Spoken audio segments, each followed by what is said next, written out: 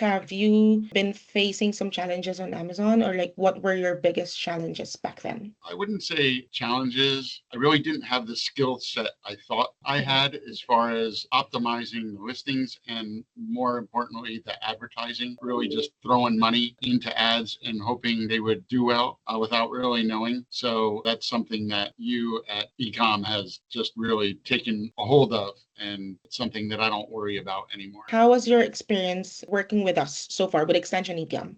Truthfully, it's probably exceeded my expectations because I have worked with a couple agencies prior to this, and the communication is a million times better here. I just feel as though there's always someone on top of the account and always doing something and always trying, where as in the past with other agencies, they would promise a lot of things and nothing had really ever happened. Maybe a little in the beginning, Mhm. but then it just went away. And that has Yeah. not been the case here. I'm glad that we're meeting your expectations around what has been the biggest highlight or win as you have been working with us. Sort of just been like a steady win, I would say. Personally, I compare to last year's numbers. And other than the first month when we were still onboarding and getting to know Mhm. you, really you getting to know me and my products and the account, year over year has been better every month. So who can argue with that?